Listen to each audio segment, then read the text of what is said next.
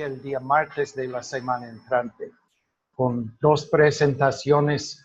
Después, a esta hora, la clase de fonología, y creo que también tienen presentaciones en ese curso también. Entonces, eso fue nos pidió hacerlo el profesor West, entonces vamos a ayudarlo así.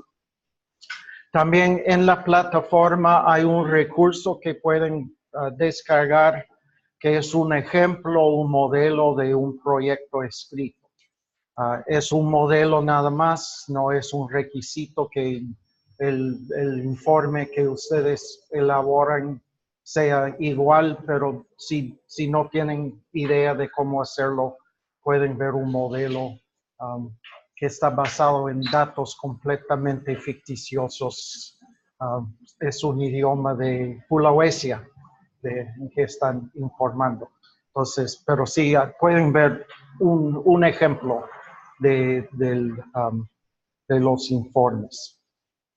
Entonces voy a tratar de recordarles otra vez del cambio de horario para que no se pierdan su oportunidad de no solamente de presentar, pero de escuchar las presentaciones del día martes de la semana entrante.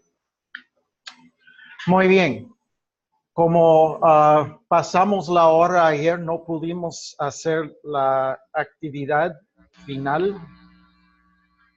Entonces, lo que quiero es que ahora tal vez ustedes tomaron un poco de tiempo ayer por la tarde de hacer la actividad, pero si no, vamos a tomar unos 10, 15 minutos ahora para que puedan participar en esta actividad e informar el resultado de sus pensamientos y trabajo.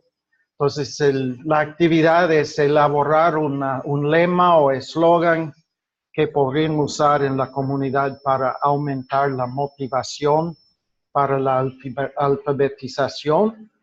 Puede ser solo una frase o hasta un tema musical. Si son músicos, pueden elaborar su corito o su tema musical. Pueden también tener un logo o una gráfica que lo acompañe. Entonces, eso es parte de una campaña de promoción del idioma. Entonces, además de hacer esto, ¿cómo se divulgaría su nueva campaña de motivación?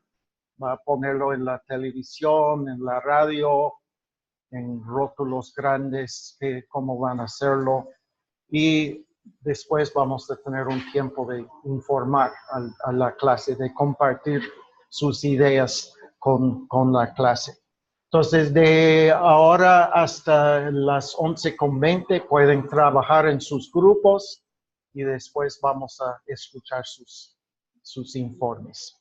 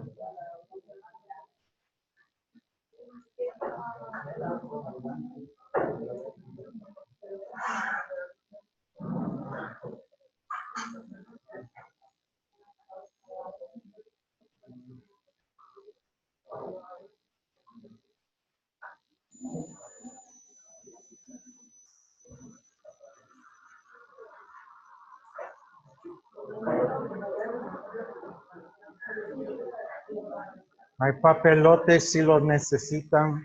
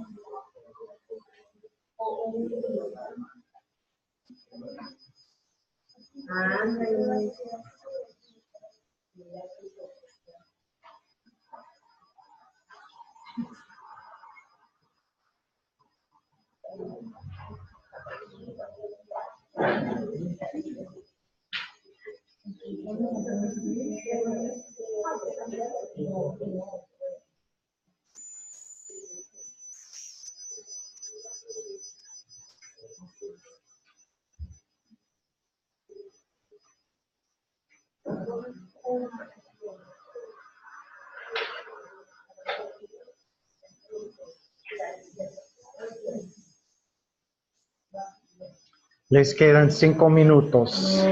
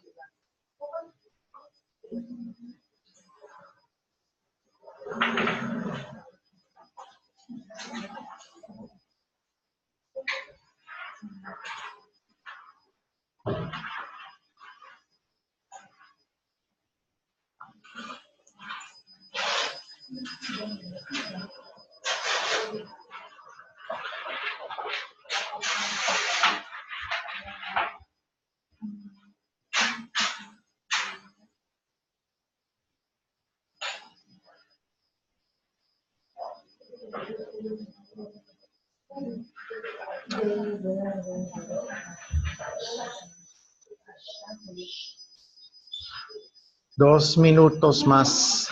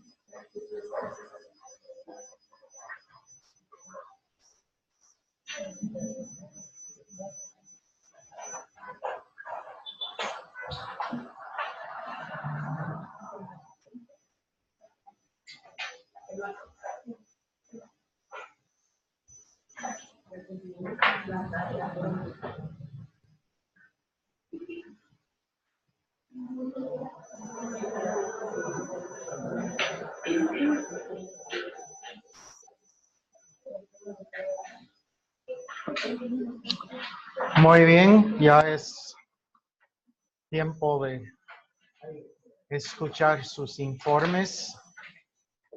A ver si tenemos un grupo que quiere ser los primeros.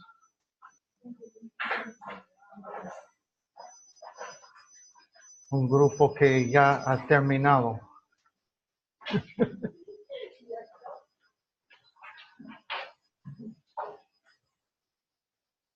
No sé si algunos de a distancia quieren informar primero.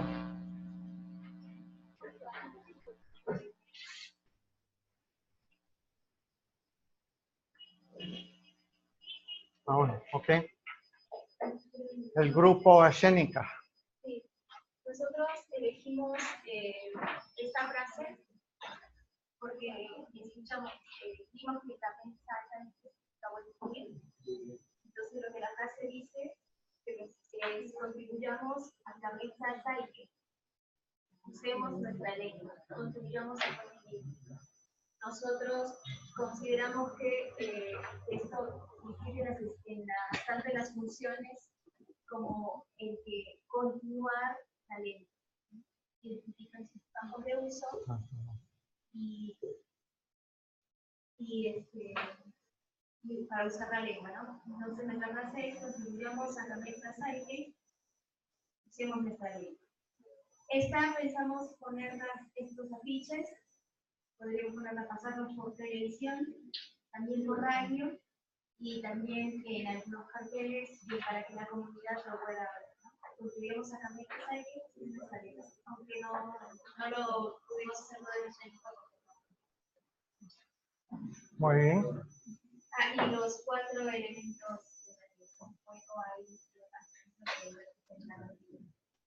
Ok, qué bueno. Muy bien, gracias. Tiene una connotación el hecho de que pongamos los 4 elementos en el afiche, porque ellos todo lo asocian a la naturaleza y al universo.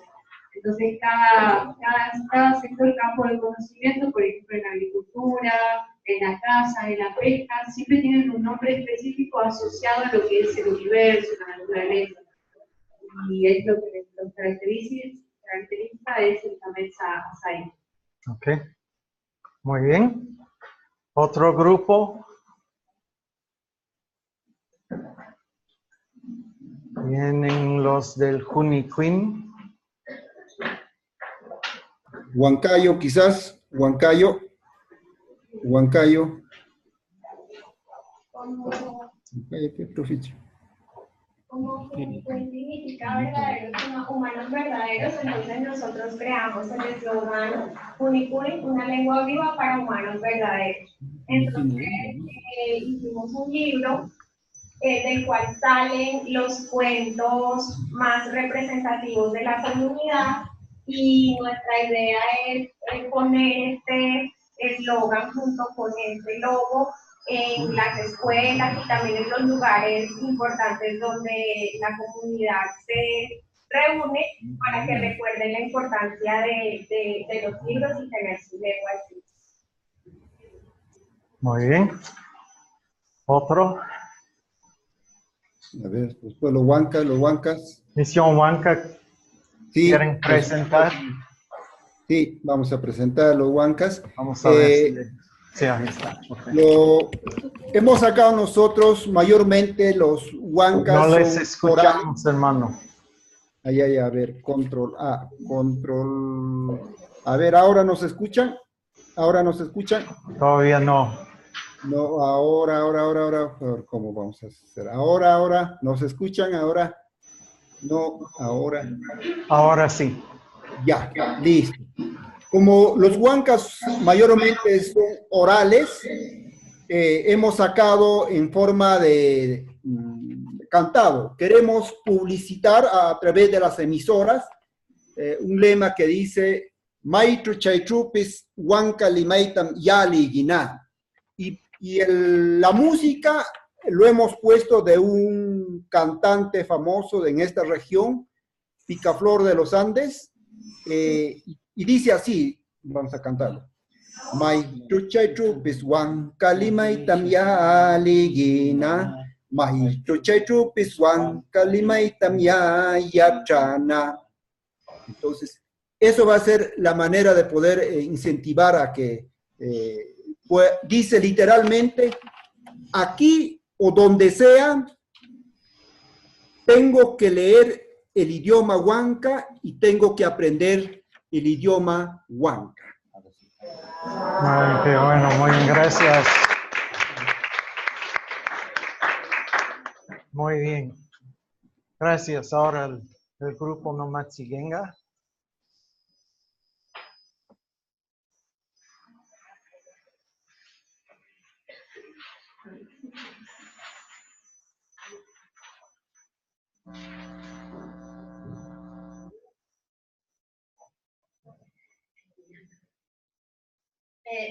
Lo que vamos a hacer o lo que hemos hecho nosotros para la campaña de motivación a la comunidad de Chuquibambilla es lo que hemos puesto aquí, Chuquibambilla, Timaganchi, Nibatio y Nibare. Esto quiere decir Chuquibambilla, comunidad bilingüe. Lo que hemos pensado hacer es hacer una pancarta y poner en la entrada de la comunidad para que todas las personas que vienen de afuera o son foráneas puedan ver que Chuquibambilla es una comunidad bilingüe, que todos los chicos también que se encuentran en Lima regresen allá y vean eso, que es una motivación para nosotros también. Y lo hemos puesto también ser diferente habla Nomachigenga, que quiere decir Sinebare, Sinantimaba, Sinipague. Eso es lo que hemos puesto también y eso lo queremos poner en todas las manzanas que hay allá o también en unas fotografías que va a ser una gran motivación y poder también en los medios de, bueno, de usar en televisión, no sé, me parece un poco lejos, pero podemos poner en las radios allá también. Y bueno, ponemos acá la corona, que es una...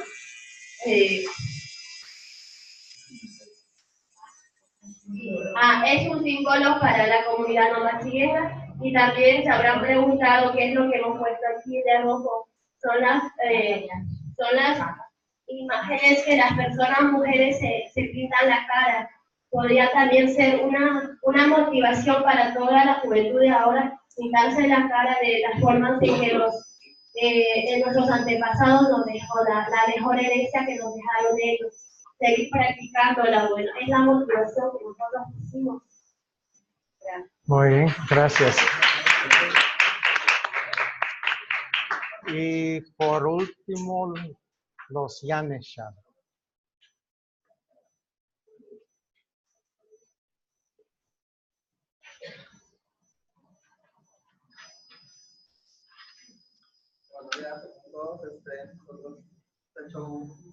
El micrófono. Espere un momento.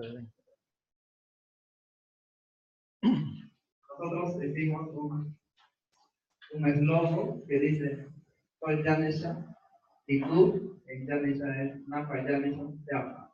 Está preguntando: soy Yanesha y tú, y dan el lema de educación es el arma más poderosa para cambiar el mundo. Señor Peña salió y se materialmente. El conocimiento para defender nuestra tierra. Y es un cerebro internacional. Cerebro. Y con el libro. Y con la corona. Ah, qué bueno. Ajá. Sí. Muy bien.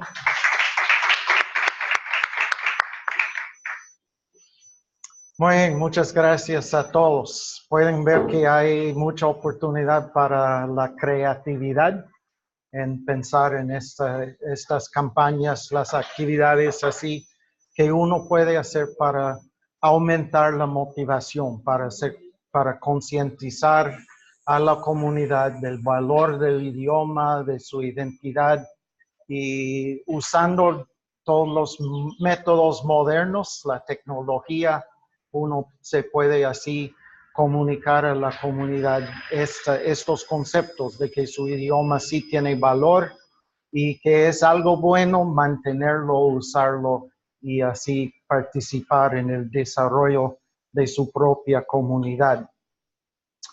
Muy bien, hoy nos toca hablar de las actividades y los principios de lograr la oralidad sostenible.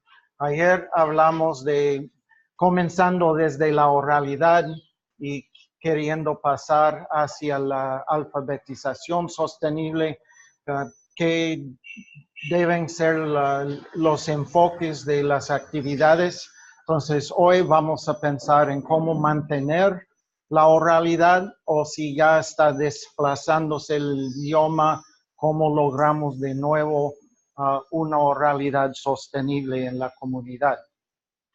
Entonces, algunas observaciones generales sobre estas actividades. En general, la meta es reintroducir la transmisión intergeneracional. Entonces, se supone que si la meta es la oralidad sostenible, que hay síntomas o por lo menos algunas indicaciones de que hay desplazamiento, que está comenzando o que se está debilitando el uso del idioma. Entonces, la meta es reforzar el uso y en particular reforzar la transmisión intergeneracional. Entonces, esto quiere decir que muchas veces el enfoque será en los adultos, en los padres de familia, porque son ellos que tienen que transmitir el idioma. Si no lo están haciendo, hay que motivarlos, convencerlos del valor de usar el idioma en el hogar con sus hijos para que ellos puedan adquirir el idioma y poder usarlo en los campos de conocimiento que son identificados, sean identificados como cruciales. Entonces, la adquisición y la motivación son importantes, pero no son las únicas. Siempre hay que descubrir e identificar funciones, hay que enfocar en la diferenciación, hay que estar consciente por lo menos del entorno político, pero generalmente las actividades más importantes para lograr este nivel son adquisición y motivación. Si no están motivados, no van a adquirir, no van a hacer los esfuerzos necesarios para adquirir el idioma, ni los jóvenes, ni los niños, ni los adultos. Entonces hay que motivarles, demostrar los beneficios que vienen del uso del idioma y hay que darles las oportunidades para aprenderlo. Si los adultos no lo hablan, ¿cómo van a aprenderlo? Van con los ancianos para aprender de ellos.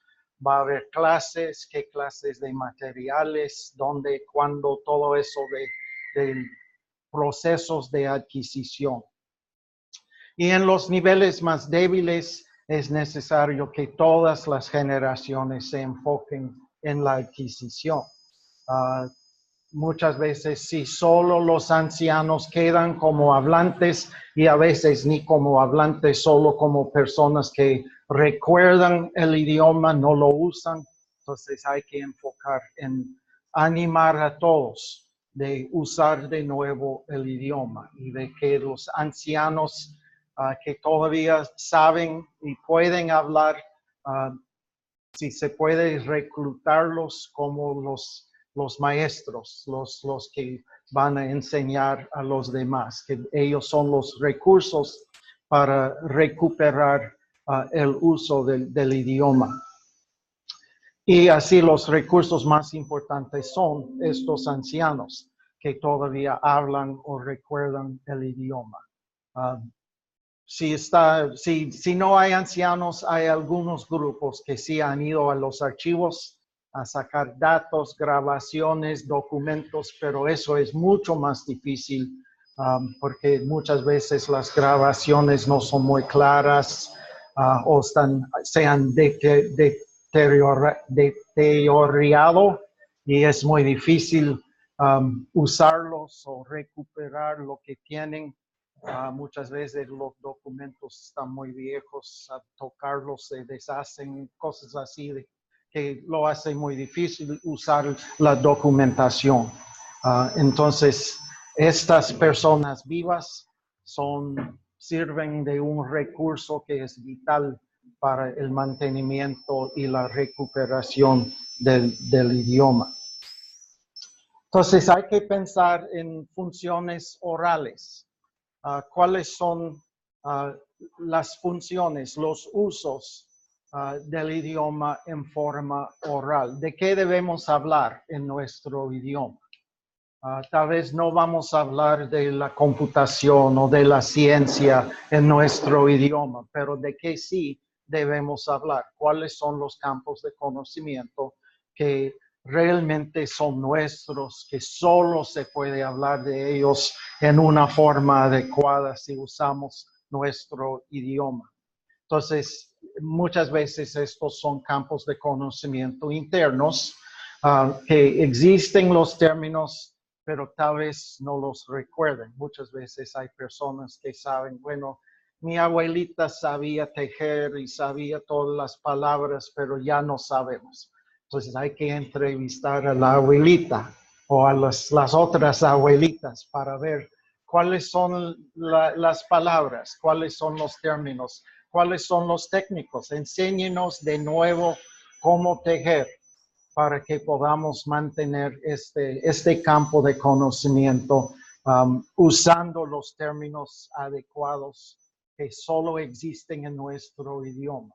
Se puede hablar del tejer en español, pero muchas veces no existen los nombres de los diseños o de la manera de hacerlo, las acciones. Hay que describir lo que se hace en vez de nombrarlo. Entonces, este tipo de campos de conocimiento se comunican mejor en el idioma local, porque ahí existe la terminología y los conceptos en una forma perfecta para comunicar esta información. Entonces, eso debe ser un enfoque si se están perdiendo estos conocimientos. Si las personas ya no recuerden cómo hacerlo o cómo hablar de hacerlo, entonces hay que rescatar estos campos de conocimiento y comenzar de nuevo de hablar de estas tecnologías, estos métodos, de todos estos campos.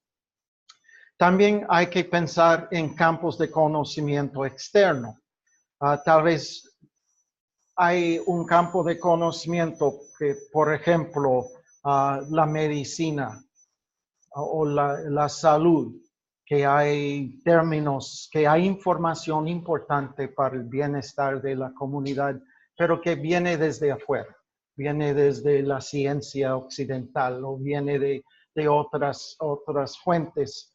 Entonces, ¿cómo vamos a comunicar esta información en nuestra comunidad? Puede ser que si hay suficientes bilingües, podemos hacerlo en otro idioma, podemos comunicar la información, pero muchas veces no hay suficientes personas bilingües que pueden manejar el idioma dominante. Entonces, ¿cómo vamos a enseñar a estas personas a usar la medicina? ¿Cómo tomar sus recetas de medicamentos y cuáles son las indicaciones de cómo tratar una enfermedad en el idioma local para que ellos puedan hacerlo y entender bien cómo usar este campo. Otro campo de mucho interés para nosotros es el Evangelio, el contenido de las Escrituras. ¿Cómo vamos a introducir este campo de conocimiento a nuestra comunidad? Hay ciertas comunidades donde pueden acceder a la Biblia, al contenido de la Biblia usando el idioma dominante, pero muchas veces hay malentendidos, hay problemas con entender exactamente qué está diciendo. Entonces, ¿cómo vamos a comunicar esta información en el idioma local?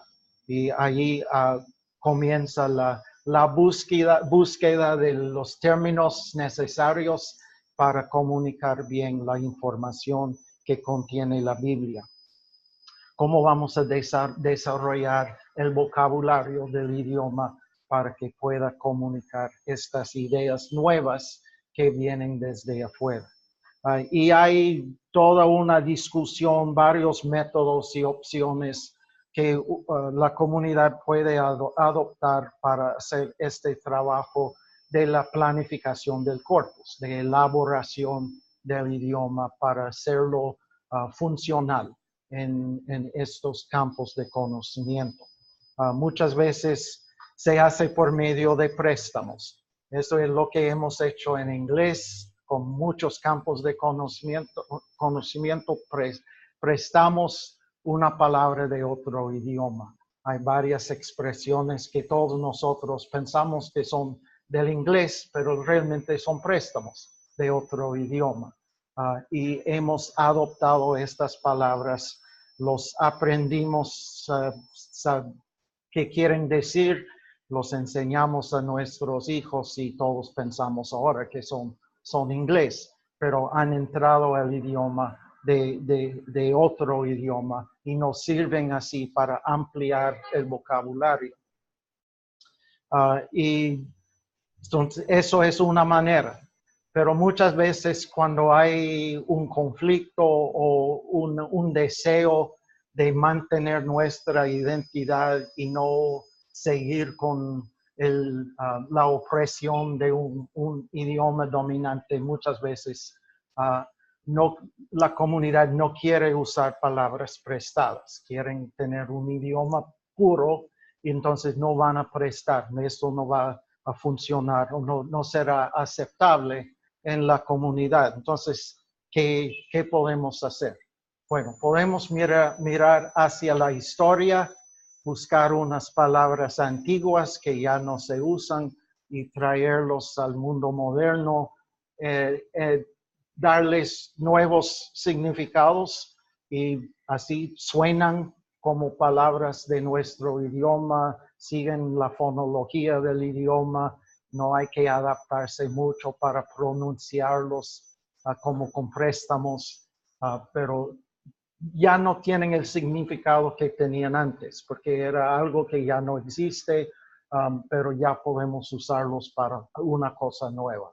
Muchas veces esto se hace con aparatos, cosas mecánicas, tecnologías que son nuevas, vienen desde afuera, pero había una palabra antigua que poco relacionado o que se puede expandir el significado para que lo podemos usar para los usos nuevos.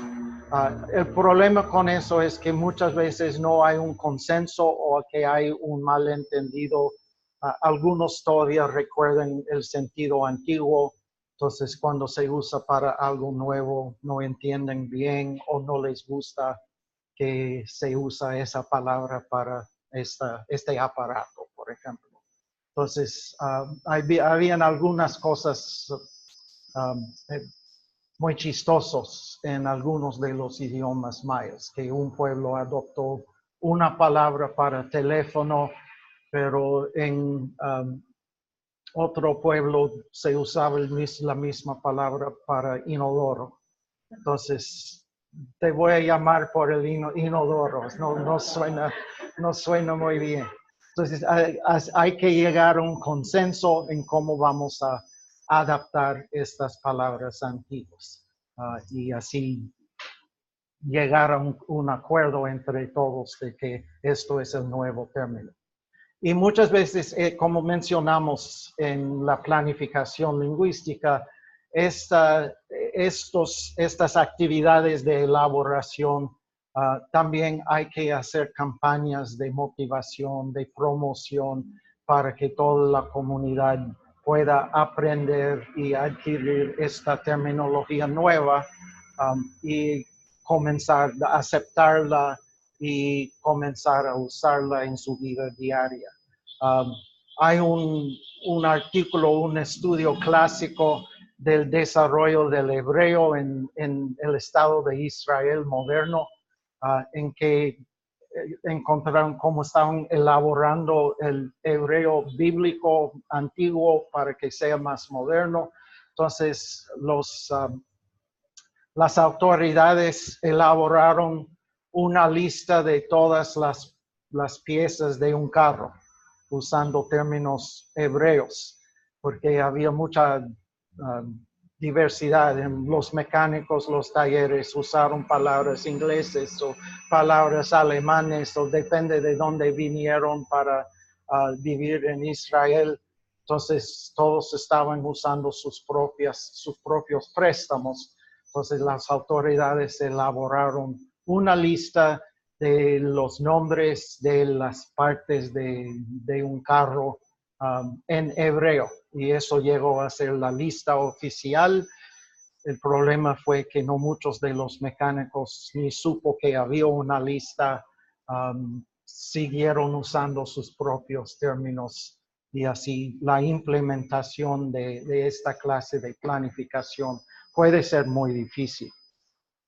Otra manera es crear palabras completamente nuevas, y esto se llama neologismos. Son palabras que no existían antes, caben dentro de la fonología, suenan como nuestro idioma, pero nunca existían antes, y los tenemos que promoverlos, enseñarlos tiene muchos de los mismos problemas con la resucitación de palabras antiguas, de que hay que hacer una campaña de adquisición, de motivación, de educación para que el pueblo sepa qué quiere decir estas palabras nuevas. Neologismos surgen naturalmente en nuestra vida. Hay muchas palabras nuevas que son creados por individuos, comienzan a ser usados por muchos y llegan a ser parte del idioma. Hoy en la mañana estaba escuchando una emisora de Dallas, donde vivo. Estaba escuchándolo en la computadora. Y ellos estaban hablando de un nuevo término que ha surgido por el Internet, por las redes sociales, por todos estos fenómenos de que hay personas compartiendo aspectos de su vida, hasta fotos y así. Y dice que ciertas personas son thirst traps en inglés, que sería trampas de sed. Es decir, que una persona tiene sed y que esta persona es una trampa, tiene sed de atención, es lo que quiere decir. Entonces, thirst traps. Entonces, puede ser que es una persona muy, muy hermosa, que siempre está poniendo fotos que atrae la atención o que pone muchas cosas en la red de sus actividades para que todos sepan, hoy comí pan, mañana voy a comer carne y después pescado, y qué interesante que yo como carne y cosas así. Entonces, eso es solo para atraer atención a uno mismo.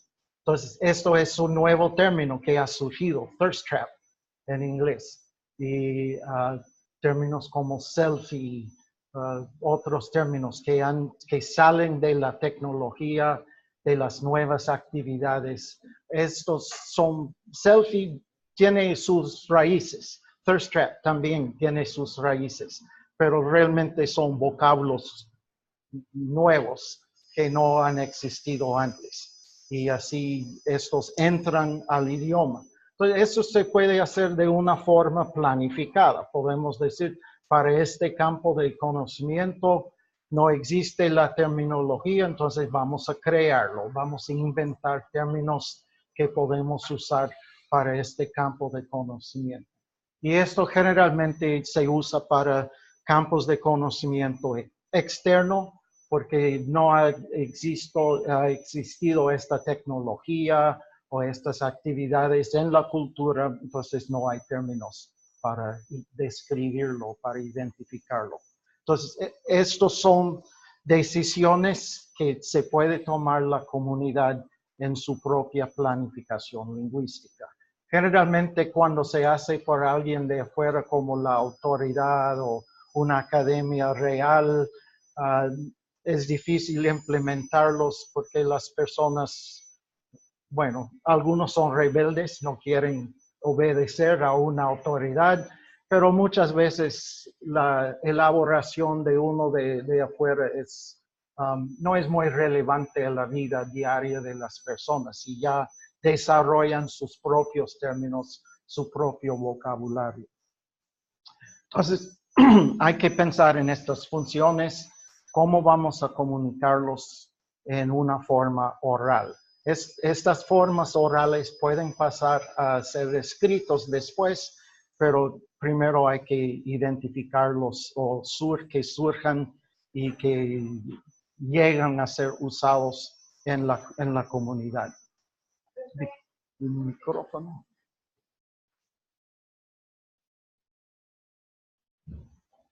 Con respecto al uso de estos neologismos, si la comunidad establece ciertas palabras que van a utilizar ellos, ¿no será un problema dentro de lo que sería la comunidad en sí porque, por ejemplo, si es una familia de lenguas, no sé, arahuacos, por ejemplo, pero es una comunidad que está aquí, pero a la vez hay una familia de la misma lengua que está en la próxima provincia, entonces no será un problema eso de los servicios. Sí, y eso es algo, hemos venido hablando de la comunidad de habla, que son personas que comparten los mismos idiomas. Muchas veces hay hablantes de cierto idioma en otro lugar que son parte de otra comunidad de habla. Entonces, hay algunas de estas actividades es mejor si se pueden desarrollarlos no al nivel de la comunidad de habla o de cada comunidad de habla, sino al nivel de la comunidad lingüística, o sea, para todo el idioma y no solamente para ciertas comunidades. Y es igual con la ortografía, que si hay hablantes del idioma en varios lugares, es mejor buscar una sola ortografía para todos que hablan ese idioma o ese variante y no que cada comunidad desarrolle su propia ortografía. Entonces, muchas de estas actividades de planificación de corpus deben hacerse al nivel del idioma y no a nivel de la comunidad de habla. Ahora, en cuanto al uso, las funciones, eso sí hay que enfocar en la comunidad de habla, porque cada comunidad de habla puede ser su propio perfil de vitalidad, de otros idiomas que están en contacto. Entonces, las estrategias para uso, funciones, diferenciación puede ser muy diferente en las comunidades de habla. ¿Tienes, Rebeca, el micrófono? O grite o el micrófono. Bueno, lo que está mencionando de tratar de hacer que el corpus lingüístico sea el mismo en todas las comunidades de habla, yo creo que entra mucho en conflicto con las comunidades de habla, ¿no? Es parecido a lo que estaba diciendo ayer el hermano Amador, sí. Porque, o sea, el gobierno trata de unificar, pero la gente de las comunidades no quiere ser igual a la otra, y en cierto modo tiene sentido porque pierde un poco de la esencia de la comunidad. Entonces, ¿cómo encontrar el balance entre la integración del corpus lingüístico, que sea, o la unificación, y la identidad de cada comunidad?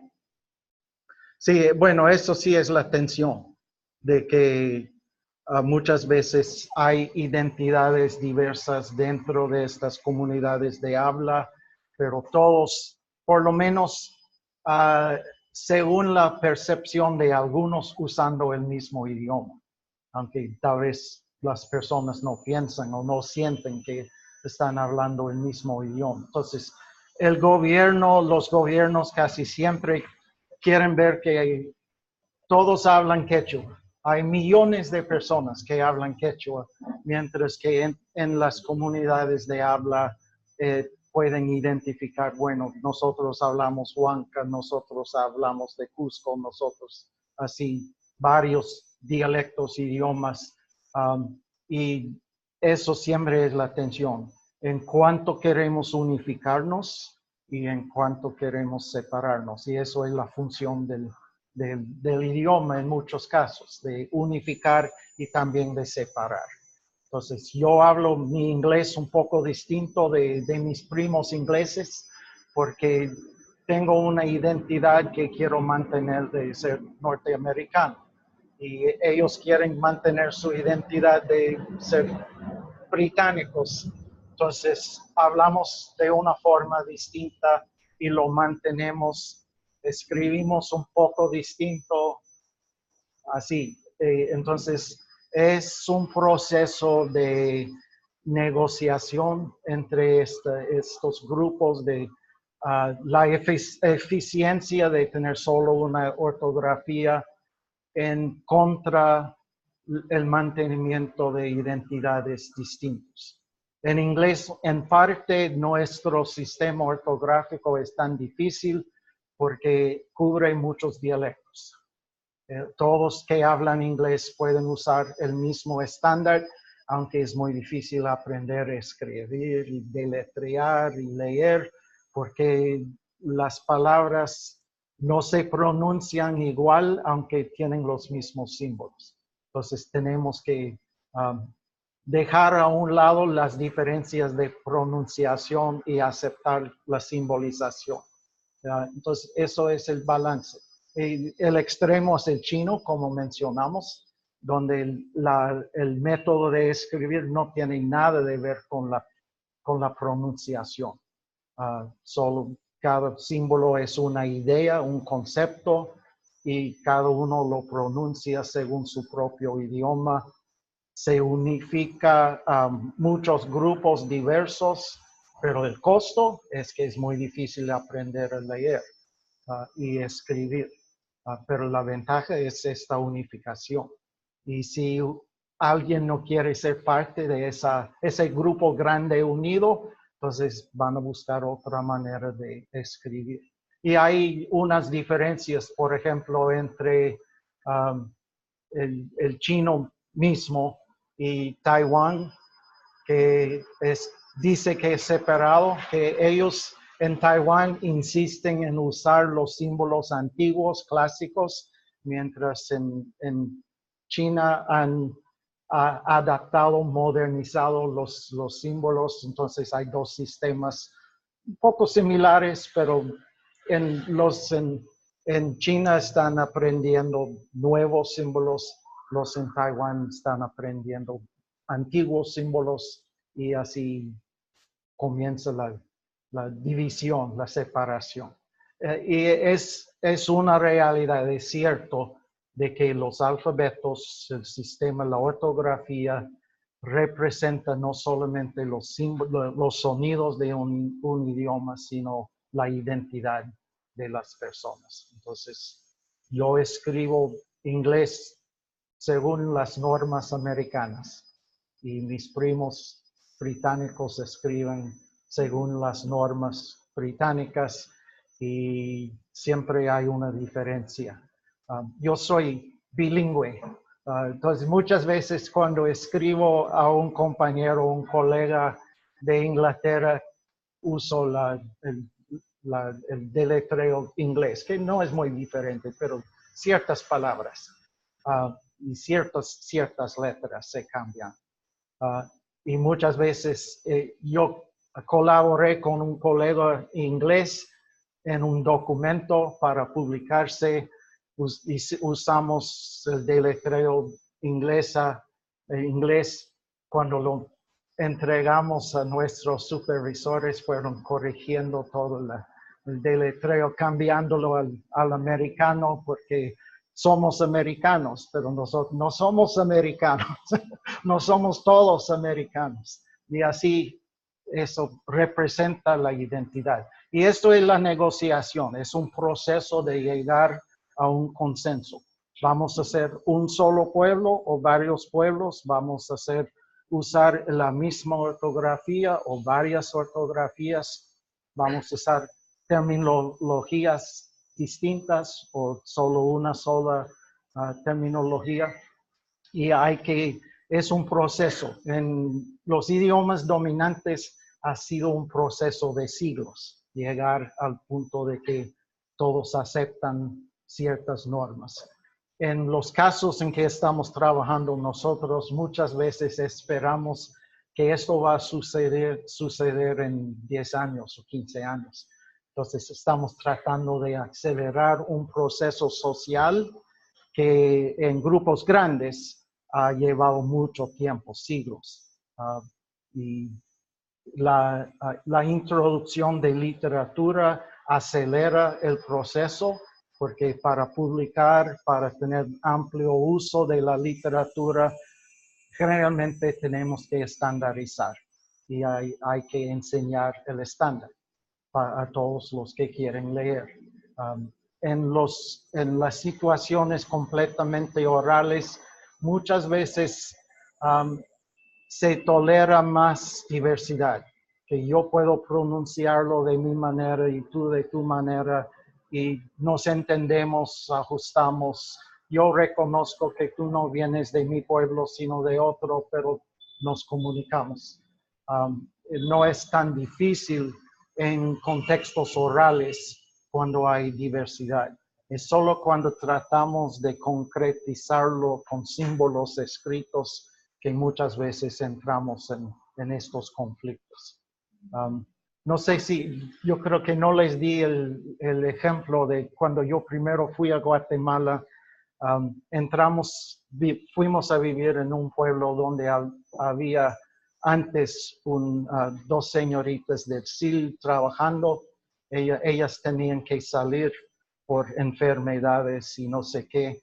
Entonces mi esposa y yo fuimos allá y encontramos un proyecto de un abecedario que no habían terminado en el idioma. Entonces pensamos, bueno, no, ahí están todos los dibujos, las palabras, solo queda el trabajo de recopilar y poner en su forma el libro y sacarlo a reproducir. Entonces hicimos todo lo necesario y salió el libro, salió las primeras copias del libro. Y deben saber que la variante del quiché que estamos aprendiendo no pronunciaban todas las vocales. Entonces, voy a escribir esto, sí, solo que no hay así.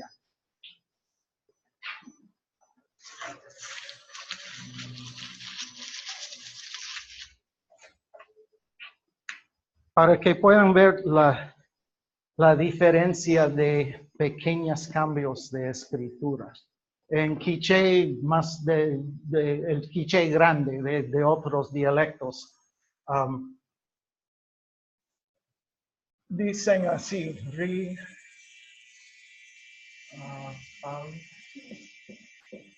Beto, una palabra prestada,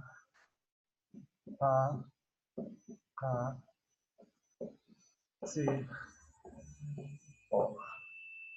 El alfabeto en nuestro idioma. En el lugar donde estamos, ellos lo pronunciaban así.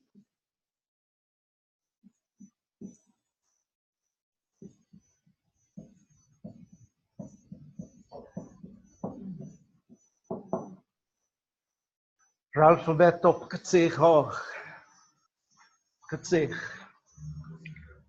entonces, C, en términos fonológicos. Entonces,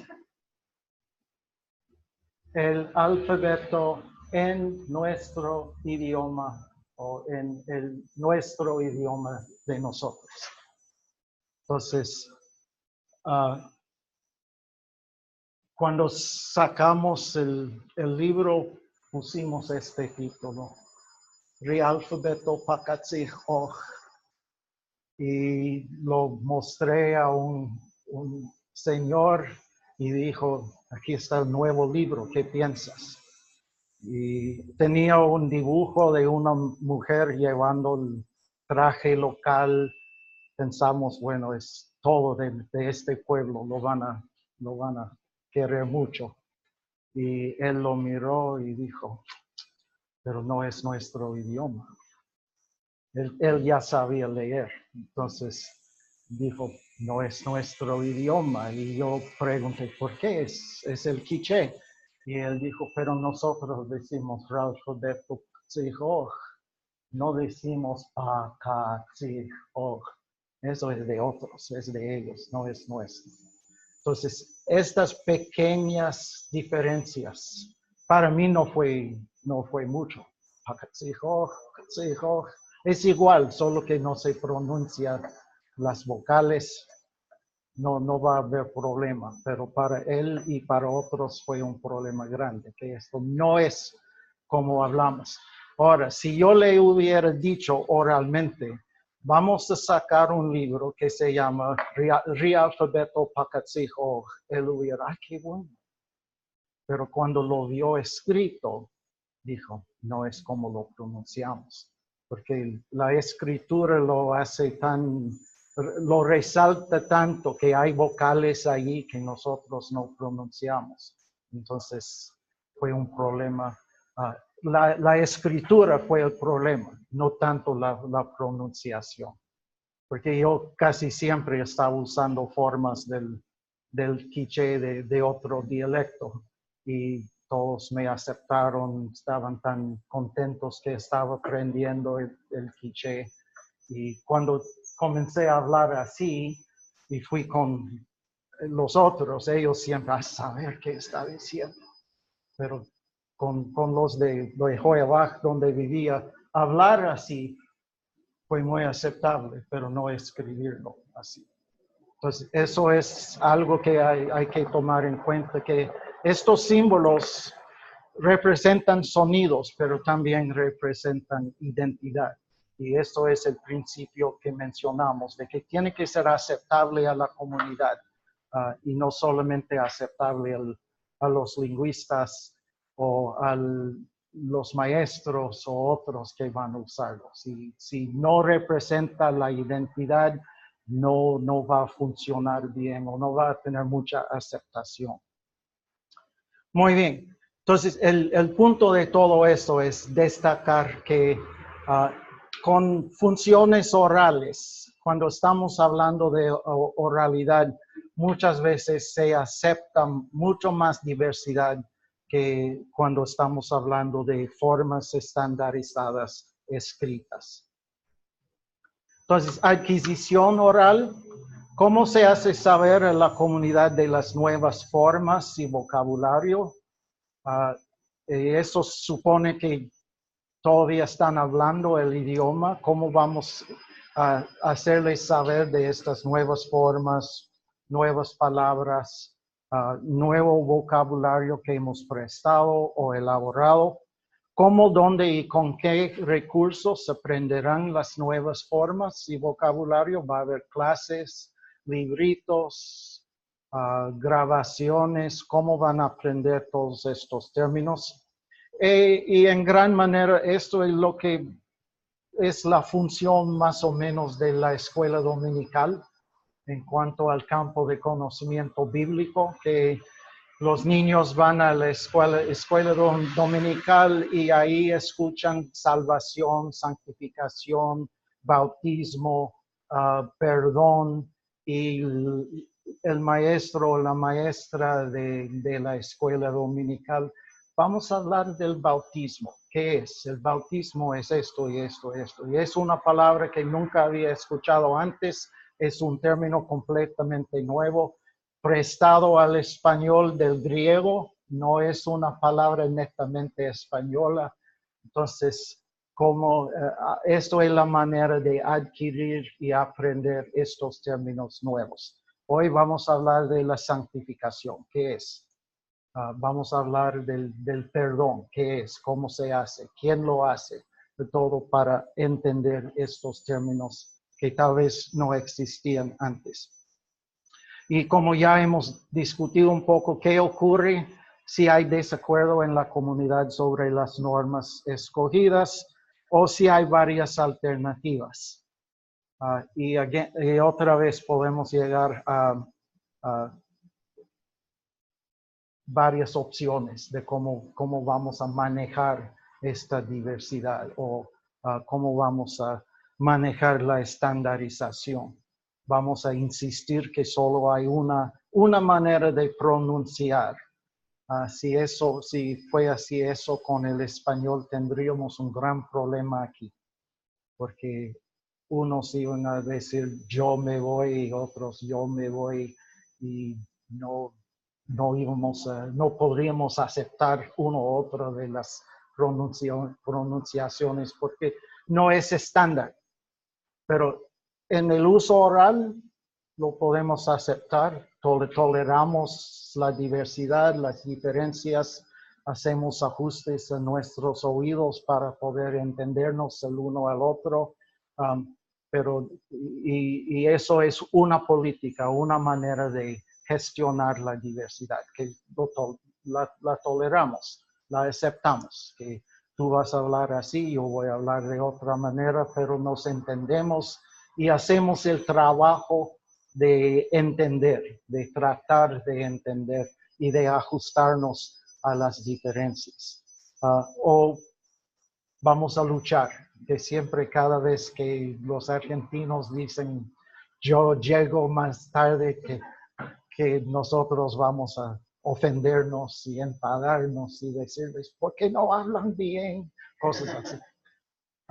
O el uso de vos y tú que varía de país a país. Eso es una diferencia que toleramos, que aceptamos. Aquí más tal vez que en otros lugares, pero sí se aceptan las diferencias, forman parte de los chistes, de las bromas, de que hay los colombianos como hablan, o los mexicanos como hablan, y así como la otra noche hablando de los guatemaltecos y su manera de pedir algo.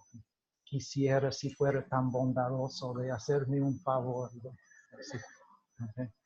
Eso es algo que toleramos, son nuestros costumbres, nuestras maneras que hacemos para identificarnos con nuestro grupo.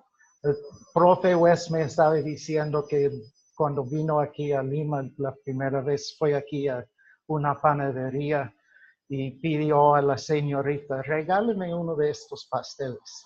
Y ella se lo dio. Y después, y regáleme uno de estos. Se lo dio. Y la tercera vez ella entró atrás y llamó al dueño. Y el dueño vino a regañar a Wes por pedir tantas cosas sin pagar. Entonces, esas son las diferencias de uso que tenemos que aprender. En Guatemala uno casi siempre dice, regáleme esto, regáleme el otro, y quiere decir, deme esto. Pero, entonces, estas diferencias son diferencias que oralmente podemos tolerar. Aprendemos el dialecto, la manera de la otra persona, del otro grupo. Y por eso generalmente es más difícil enseñar un estándar oral que un estándar escrito. En las escuelas en los Estados Unidos, las maestras pasan varios años tratando de enseñar a los niños de uno no se dice esto, se dice otro. No hablamos así, hablamos de esta manera. Y de todos modos siguen los mismos errores gramaticales generación en generación, porque son marcadores de identidad y son cómo las personas realmente hablan, y podemos enseñar el estándar y enseñar las normas gramaticales, pero la manera de hablar dentro de la comunidad es distinta y no se acepta. Si yo contesto el teléfono y dicen, bueno, tengo que decirlo en inglés.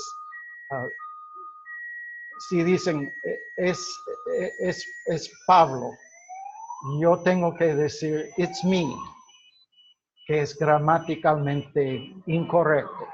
Debo decir, it is I. Y eso suena tan raro, suena muy orgulloso, demasiado orgulloso decir, it is I. Tengo que decir, it's me. Y sería en español, soy mi soy, o algo así, no sé cómo, mi es. y eso es incorrecto gramaticalmente, pero es la norma del habla, la norma del idioma oral. Y entonces no se puede enseñar a los niños, bueno, se puede enseñarlos, pero no aprenden, no lo aceptan, no lo usan. Casi nadie dirá, it is I, al contestar el teléfono. Bueno, siempre los americanos dicen, bueno, eso es como hablan los ingleses, porque son muy orgullosos y así. Pero esto es realmente ni aún los ingleses usan esa forma en conversaciones normales. Entonces, es difícil enseñar un estándar oral, porque siempre estamos hablando según las normas de nuestra comunidad, de nuestra identidad. Voy a pronunciar las palabras según mi dialecto, según mi pueblo, según mi familia, las normas de este contexto con que yo quiero identificarme. Cuando escribo, tal vez voy a usar el estándar para no parecer muy estúpido o sin educación, pero al hablar voy a hablar de mi idioma, mi lenguaje normal, de mi identidad. Y solo si quiero cambiar mi identidad, voy a cambiar mi manera de hablar. Entonces, puedo adoptar un acento, puedo adoptar formas de otro país o otro dialecto, pero es algo que tengo que cambiar. Indica un deseo de cambiar mi identidad, no solamente mi manera de hablar. La motivación. La meta es promover el uso del idioma hablado. Entonces, campañas así de motivación como ustedes hicieron. Cuando queremos lograr alfabetización, el enfoque será en lea su idioma. En este caso sería hable su idioma, que usen el idioma de su identidad, identifíquese con su comunidad usando el idioma de la comunidad y así promover el uso hablado del idioma, que es bueno, es prestigioso, que tiene valor el uso del idioma en forma oral. Entonces también hay que identificar y promulgar los beneficios de hablar el idioma. Y estos son los beneficios que las clases, las categorías de beneficios que identificamos cuando hablamos de la escala de motivación. Beneficios comunicativos, beneficios económicos, beneficios de identidad, de poder, beneficios nacionalistas o políticos, beneficios religiosos. Y lo económico casi siempre es lo más poderoso, lo más que tiene más efecto, por lo menos efecto inmediato, pero también se puede destacar los otros beneficios. Hay varios grupos, sectos más o menos religiosos muchas veces, que han mantenido su idioma por motivos religiosos. En los estados, bueno, en México, en Argentina, en Paraguay, muchos lugares hay grupos de alemanes que siguen usando un alemán muy antiguo, son menonitas y siguen usando el alemán antiguo, viven vidas muy sencillas, muchas veces no quieren usar maquinaria o aparatos eléctricos, todavía andan en carritos con caballos, no usan carros, cosas así. Entonces, ellos se han mantenido esta identidad y muchas veces no son pobres, viven bien en su estilo de vida, pero la motivación no es económico, no lo hacen porque les hace rico vivir así, sino que lo hace por motivos religiosos. Hay ciertos grupos de judíos que mantienen el idioma yiddish porque es parte de su identidad y se visten de cierta manera. Los hombres siempre tienen sombrero, tienen el pelo largo, ellos son muy ortodoxos y mantienen esta vida separada del mundo por motivos religiosos y mantienen el idioma por motivos religiosos. Entonces puede haber otras motivaciones para mantener y usar el idioma, que no solo el económico. En cuanto al entorno, como hemos mencionado, como mínimo se necesita un entorno político que permite el uso del idioma hablado. Casi no hay gobiernos hoy en día que prohíben el uso de un idioma hablado, aunque sí tal vez pueden prohibir su uso en ciertos contextos.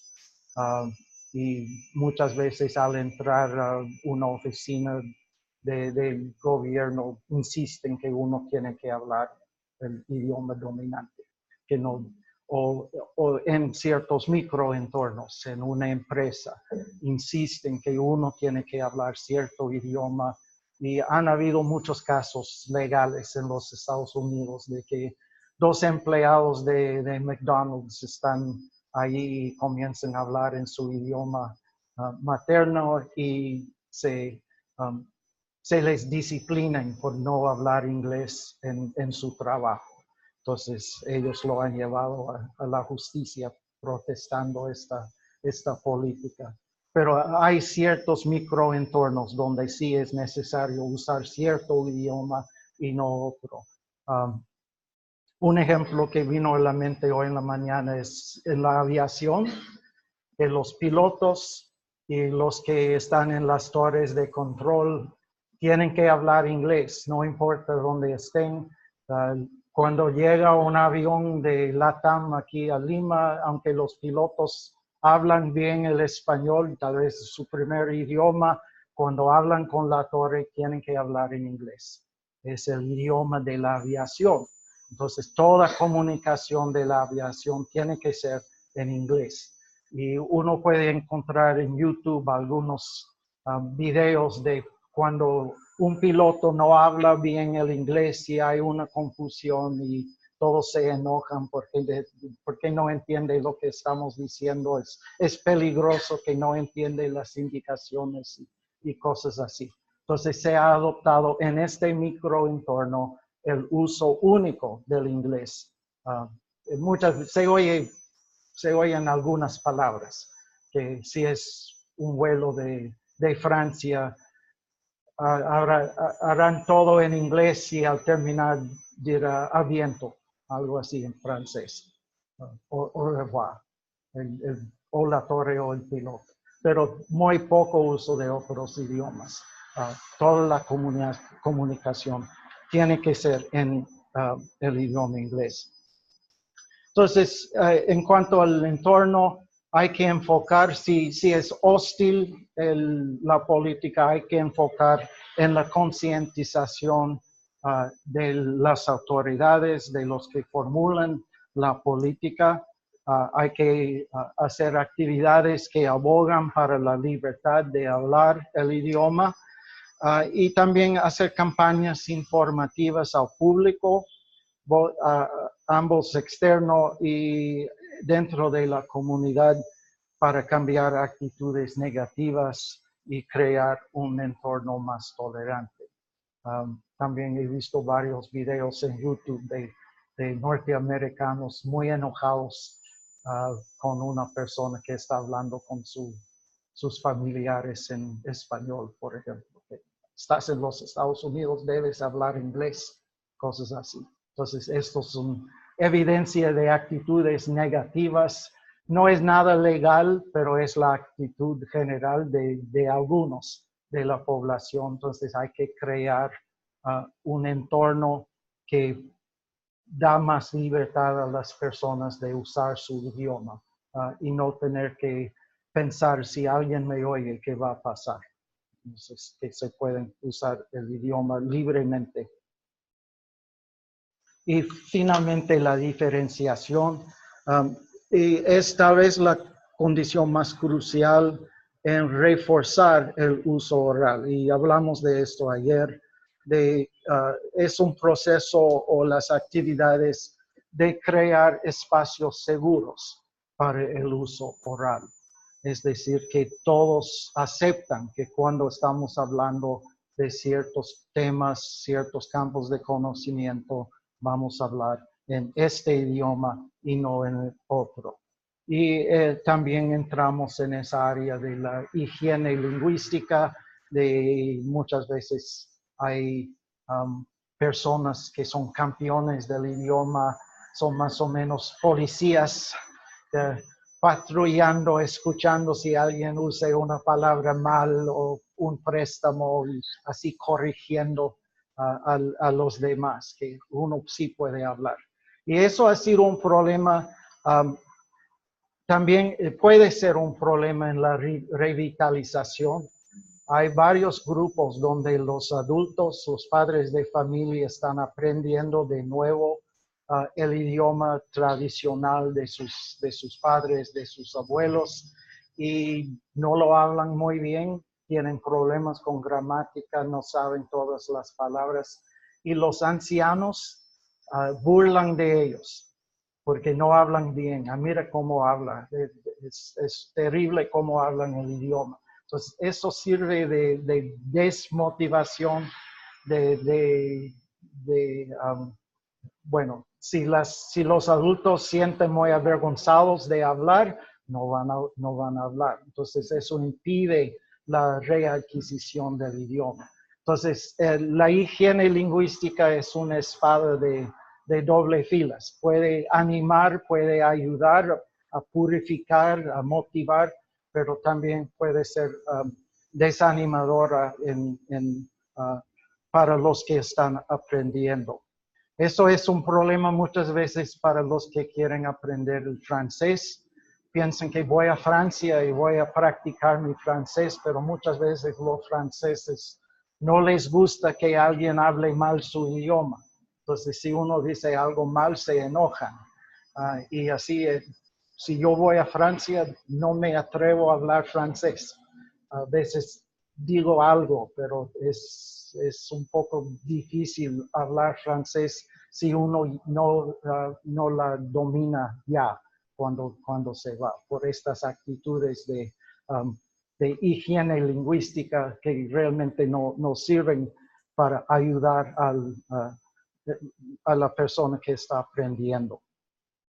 Y hay que caminar la línea fina entre un purismo que es poco realista cuando hay mucho contacto, que no voy a usar ninguna palabra española en el quiché.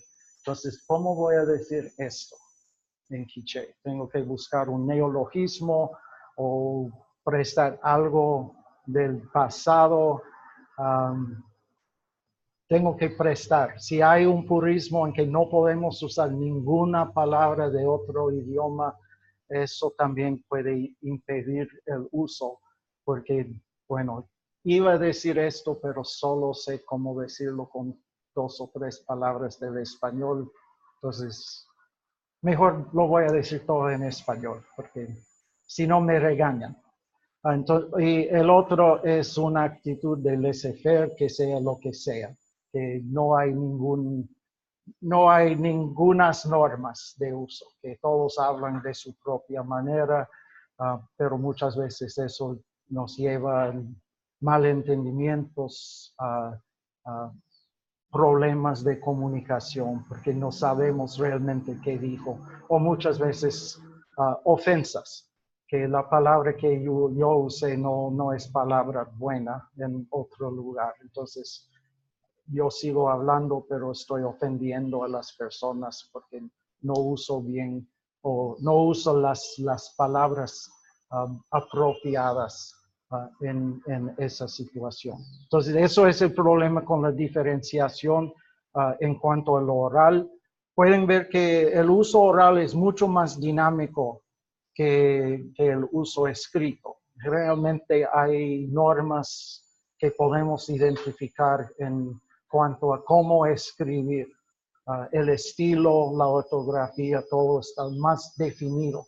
En el uso oral hay mucho más espacio para diversidad, diferencias, y es más difícil imponer un estándar, porque estamos hablando en el momento. Y hay algunos sociolingüistas que dicen que cada vez que abro mi boca estoy cometiendo un acto de identidad. Entonces, esto quiere decir que si digo algo que no suena bien, que no cabe en el contexto, eso afecta mi identidad. Entonces, voy proyectando la identidad y si tengo que decir algo en una forma gramaticalmente incorrecta o con un acento, lo voy a hacer porque es mi identidad.